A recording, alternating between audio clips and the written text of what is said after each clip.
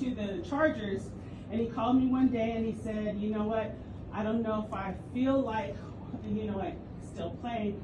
And he said, and I said, you know, you're going to get hurt if you stay. His dad had just passed away, and we were going through a lot of things, so he stopped. And I was in graduate school at the time. I got a full ride to Syracuse, where I got my first master's, as I said in my 2-minute story, and that's where I had Kyle, or we had Kyle. I interned and got my first job at North General Hospital, the only Black run and owned hospital in the state of New York. It was in Harlem. And I thought that my dream had come true of my life, because I said when I was younger I wanted to run an underserved clinic. My ex-husband, after when we were in New York, enlisted in the Marine Corps, and we were 22 and 24, and we were making 6 figures. But then overnight we went to enlisted salary. In the Marine Corps, I was a military spouse. We PCS every 2nd or 3rd July, but he got promoted very quickly, so we went from North Carolina, we came into Quantico, he went to the Pentagon. He was at the Pentagon for 911, he was at the Navy Yard for the Navy Yard shooting, and we just went through a lot. And he was in the 1st deployable unit at Quantico since World War II. This is Special Purpose MAGTF. So when he was in that unit, they were gone for 300 days. I was a single mom taking care of kids. I was a key wife, so all the other military spouses would call me and ask me where their husbands were and what was going on. And but when 911 happened, it was crazy. It rocked our life. That day, I don't know if you all were in the DMV area, but you couldn't call locally. We lived out towards Dulles Airport. I could call my dad.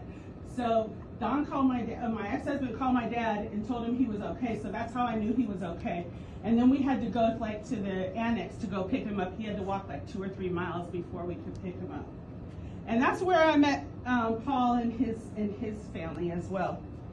But when I moved to Virginia, I got my first social work job, and I got paid $15,000. Now I had a master's degree and a degree from UC Berkeley, and I said, what the heck is going on here? This is less than what I made in undergraduate school. And I said, I'm living in the South. They don't like Black people here. And I was like, and it was crazy. But it's called Water for Children Africa. We served, our family nonprofit serves 20 countries in Africa. We would take safe, sustainable water over there. That's where Kyle, traveled with his grandmother. And then during this time, also when we were in the Marine Corps, my ex-husband served 4 assistant commandants of the Marine Corps. And I was I worked my way up. Like I said, I worked for a Food Distribution Association. I worked for Loudoun County Public Schools as a librarian and as a nurse, and worked at George Mason University as a librarian and acquisition specialist for the Department of Defense, and a vice president of a contracting company.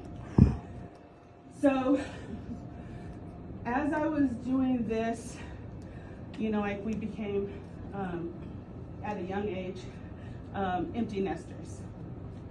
And we didn't have a lot of support around us. We just had each other, and and we had been together since we were 18 and 20. So I went through all of that I went through, but then I said, our parents are getting older, we need to go back and help them. Your mom, my mom, and my dad. So in 2015, I moved back to California. But my ex-husband didn't move back. My kids were in college at the time. And a year later, that's when my dad passed away. So when he passed away, I said, okay, what do I do? The only thing I was successful in, going to school. So I went back and got a second master's. I got a master's in social work. At that time, when I was finishing my master's, I got contacted on Instagram by somebody by the name of Andrew Gaines. I was a 9-month follow-up on Instagram. On April 1st, I started my PHP business. On May 19th, I started my assisted living business. So I had a 6-bed assisted living business that I ran. Residents. I had ambulatory and non-ambulatory. This was during COVID, so a lot of my caregivers would call out, and some days I had to take care of all 6 of them 24 hours by myself. My mom saw me. I would have to go when people were dying, or I'd have to go when something was going on, and she didn't like it. She was my investor. She was my silent partner. She decided, my business plan was I needed 5 years to be successful. I saw another person who owned a business, who owned this assisted living business. I did my internship in hospice. That's how I entered. I met a brother that owned 5 assisted living, and I said, okay, if he can do it, I can do it. I know I'm smart enough. So I sat down with him and I said, can you mentor me? And he said yes.